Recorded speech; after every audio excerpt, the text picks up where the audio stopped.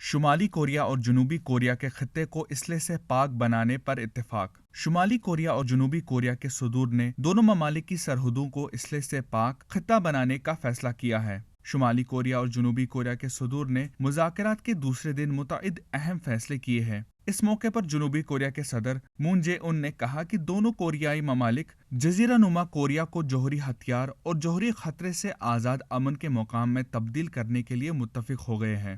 شمالی کوریا کے صدر کم جونگ نے کہا کہ ہم اپنے اہم میزائل مراکز کو مستقل طور پر ختم کرنے اور اس کے بین الاقوامی معائنہ کے لیے تیار ہے۔ کم جونگ نے مون جے ان کے ساتھ مشترکہ پریس کانفرنس میں کہا کہ وہ بہت جلد جنوبی کوریا کے دارالحکومت سیول کا دورہ کریں گے۔ مذاکرات کے دوسرے دن دونوں رہنماؤں نے مشترکہ پریس کانفرنس میں کہا کہ یہ امن کی جانب بڑا قدم ہے۔ دونوں رہنماؤں نے کہا کہ وہ دونوں ممالک کے بری و بحری سرحدوں پر عسکری تصادم کو ختم کرنے کے لیے بھی اقدامات کریں گے۔ انہوں نے کہا کہ اس مقصد کے لیے ایک اعلیٰ سطح کی کمیٹی تشکیل دی جائے گی۔